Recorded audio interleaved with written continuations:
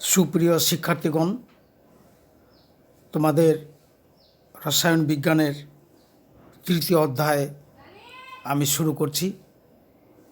তৃতীয় অধ্যায়টা হলো স্ট্রাকচার অফ ম্যাটার। এই স্ট্রাকচার অফ ম্যাটার আলোচনা করতে গিয়ে অ্যাটম সম্পর্কে আলোচনা করা হয়েছে মৌলিক পদার্থ এবং যৌগিক পদার্থ, আর আলোচনা করা হয়েছে অ্যাটম অর্থাৎ পরমাণু, অণু, সংকেত, প্রতীক এবং পরমাণুর মধ্যে কী কী কণা আছে সে সম্পর্কে আলোচনা করা হয়েছে, অর্থাৎ 3.1, 3.2, 3.3, 3.4, 3.5। আজকে আলোচনা করব আমি 3.6। 3.6 হইল অ্যাটমিক মডেল।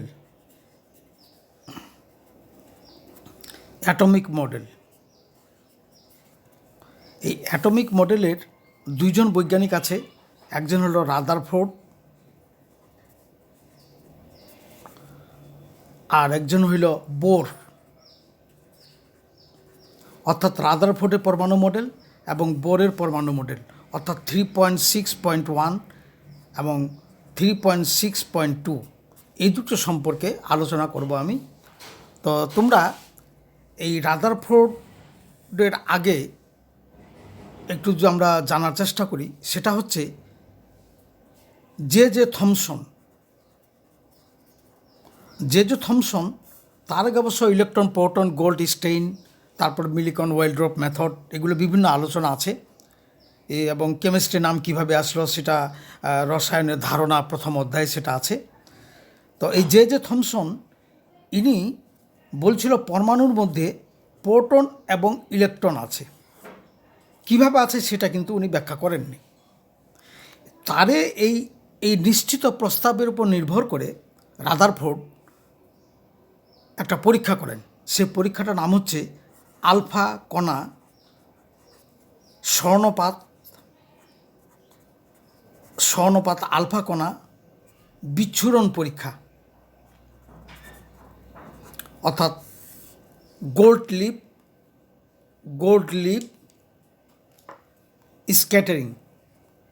এই পরীক্ষার মাধ্যমে তিনি পরমাণুর গঠন সম্পর্কে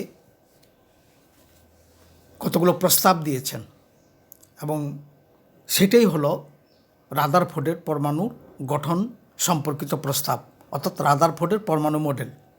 এবং এটা হয়েছিল 1911 সালে।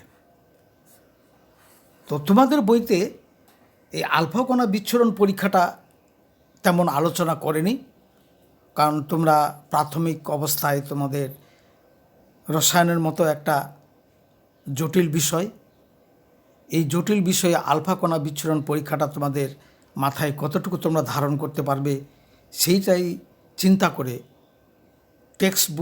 টেক্সট বুক বোর্ড হয়তো এই আলফা কণা বিচ্ছুরণ পরীক্ষাটা তোমাদের বইতে সন্নিবেশ করেনি। তা যাই হোক, তো উনি এই আলফা কণা বিচ্ছুরণ পরীক্ষায় যেগুলো প্রস্তাব বা যেগুলো পরমাণু গঠন সম্পর্কিত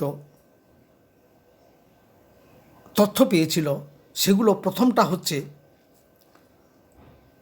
উনি বললেন যে পরমাণুর কেন্দ্রে মধ্যস্থলে যে আছে সেটাকে, অর্থাৎ প্রত্যেকটি পরমাণুর একটি সেন্টার আছে বা কেন্দ্র আছে এবং কেন্দ্রের মধ্যে আছে প্রোটনের বাইরে ইলেকট্রন অনবরত আবর্তনশীল। এই প্রথম ওনার ধারণা দিলেন এবং উনি বললেন যেহেতু ইলেকট্রনের আপেক্ষিক ভর 0, সুতরাং নিউক্লিয়াসের মধ্যে প্রোটন এবং নিউট্রন যোগ করে যে পাওয়া যাবে সেটা হবে পারমাণবিক ভর, অর্থাৎ প্রোটন কণিকা এবং নিউট্রন কণিকা যোগফল করলে পারমাণবিক ভর পাওয়া যাবে, যেটাকে বলা হয় অ্যাটমিক মাস। এটা হলো প্রথম কথাবার্তা। এ তোমরা দেখবে 3.6-এ এই কথাই বলা আছে। বিতে বলা আছে এরকম কথাটা যে পরমাণুর মাঝখানে যে নিউক্লিয়াস এই নিউক্লিয়াস খুবই ক্ষুদ্র, ভেরি স্মল,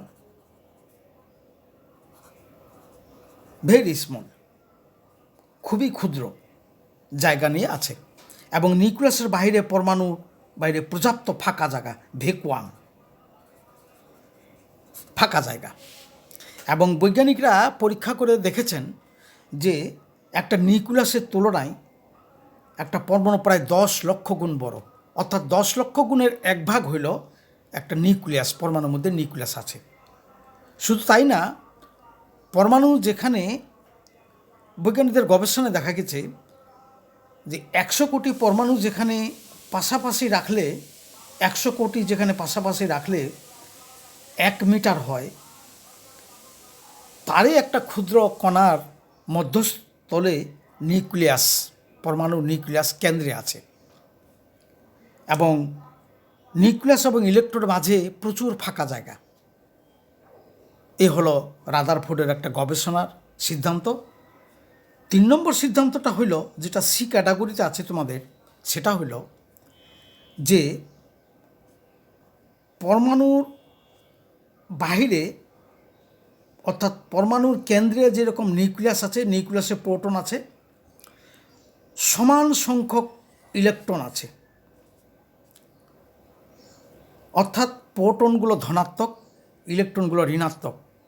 তাহলে সমান সংখ্যক প্রোটন এবং সমান সংখ্যক ইলেকট্রন থাকলে স্বাভাবিক অবস্থায় প্রোটনের চার্জ এবং ইলেকট্রনের চার্জ যদি সমান হয় তাহলে সেটা চার্জ নিরপেক্ষ। অর্থাৎ every element in ground state they are neutral, তাদের কোনো চার্জ নেই, চার্জহীন অবস্থায় থাকে অ্যাট দ্য গ্রাউন্ড স্টেট।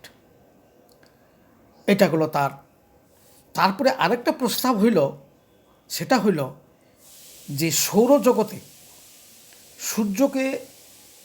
সূর্যকে ঘিরে বিভিন্ন গ্রহ উপগ্রহগুলো আবর্তনশীল।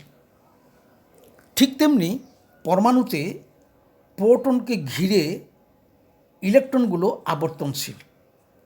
এবং ইলেকট্রন এবং প্রোটনের মধ্যে একটা কেন্দ্রমুখী বল কাজ করে। এই বলটার জন্য ইলেকট্রনগুলো নিউক্লিয়াসের চারিদিকে সর্বদাই আবর্তনশীল।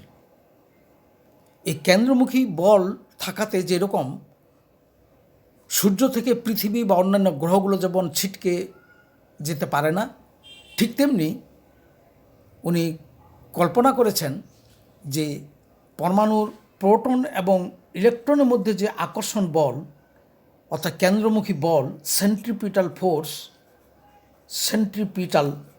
ফোর্স ZE²/mv², যেখানে জেড হলো পারমাণবিক সংখ্যা, ই হলো ইলেকট্রন এবং প্রোটনের চার্জ দুটো গুণ করে, আর এম হলো ভর। যাই হোক, এ সম্পর্কে তোমাদের আলোচনা এখানে করার দরকার নাই। তোমরা শুধু এইটুকু মনে রাখবে যে পরমাণুর ভিতরে নিউক্লিয়াসে প্রোটন এবং বাহিরে ইলেকট্রন, এদের মধ্যে একটা কেন্দ্রমুখী বল কাজ করে।